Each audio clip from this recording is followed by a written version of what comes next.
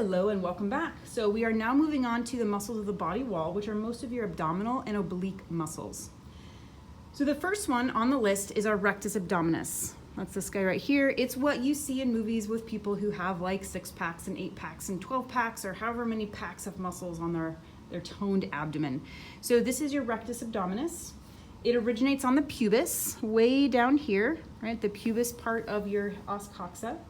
It inserts on the costal cartilages of ribs 5 through 7, the xiphoid process of your sternum. So it kind of inserts up here on these costal cartilages. So you can imagine if we have this big, strong muscle on the front of us, it's going to help flex the vertebral column. So this is gonna bend us forward. Like if you do a crunchy or sit up, you are exercising your rectus abdominis. It also helps to depress the ribs, kind of pull them inward, kind of towards the lungs. The next 2 muscles are our obliques. So on Buzz, we have one on each side because one's more superficial and one's more deep. So the external oblique is the more superficial one. That's this guy right here, the one that kind of is blending with that serratus anterior. So it originates on the ribs 5 through 12 and inserts on the iliac crest and the linea alba. So the linea alba is this white line. That's what that means, line white. So it kind of starts from the ribs and then heads down this way. And the fibers of the external oblique run kind of obliquely inferior towards the belly button. The external oblique action is to compress the abdomen, kind of squeezing it in, and also helps to depress ribs, kind of pulling the ribs inward, and flexes the spine. So again, bending forward helps with that rectus abdominis. The internal oblique is over here on this side. These fibers are kind of going up towards the sternum. They originate on the iliac crest, and the lumbodorsal fascia is that big, oh, come on, turn around, Buzz. All of this gray matter over here. So what we saw with the latissimus dorsi, so that internal oblique kind of starts there a little bit, along with those ribs.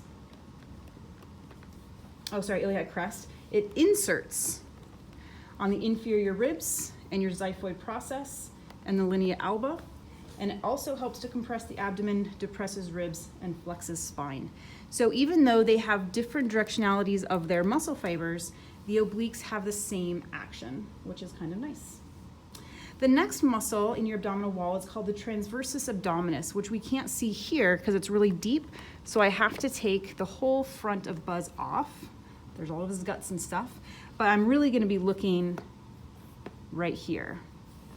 Transverse, right, in that transverse plane here. So this is your transverse abdominis running horizontally compared to the rest of your abdominal muscles.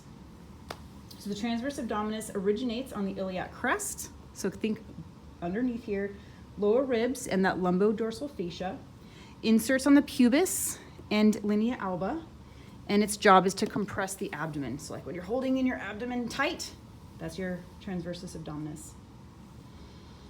Okay, the next 2 muscles are your intercostals. And again, we have an internal and external intercostals. Try to bring Buzz a little bit closer.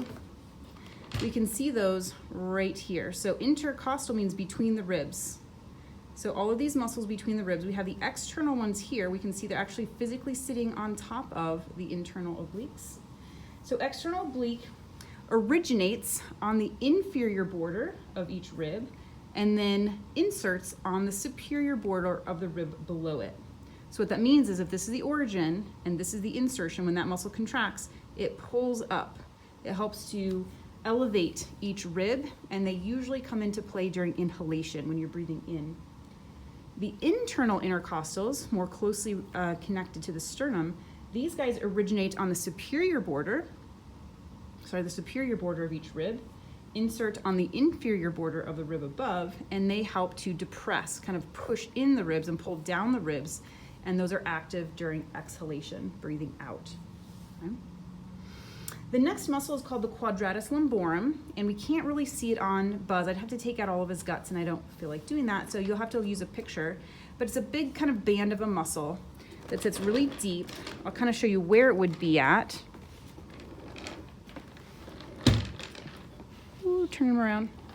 So it's gonna be deep deep to even these ones. So it's going to be kind of banding right here. It originates on the iliac crest and inserts on the lowest rib. But it's neither of these. So you're not going to be able to see it on this model of Buzz. You'd have to see it on a picture. But the quadratus lumborum helps to bring down the ribs, depresses the ribs, and flexes the vertebral column laterally. So it helps you bend to either side, okay, if they work independently of each other. And then the last one is the diaphragm, which again, I'd have to completely, well, I might be able to show you a little bit of it because the front case is pretty easy to take off. Yeah, so there's a diaphragm. Remember, we saw the diaphragm in our rat dissection, just a thin muscle. Its job is majorly involved in inhalation. So it's a major muscle of breathing for inhaling. It expands the volume of the thoracic cavity. It originates on the kind of a big, it's got a big origination point, xiphoid process, cartilages of ribs 4 through 10, and anterior surfaces of the lumbar vertebrae, and then inserts on what's called the central tendinous sheet, the big gray part in the middle. Helps to expand the thoracic cavity and compresses the abdominal pelvic cavity. Basically, your breathing in muscle, your major one. All right, so that wraps up our our body wall muscles. Next, I'm going to do the arm. So both the arm and the forearm muscles. I'll see you next time.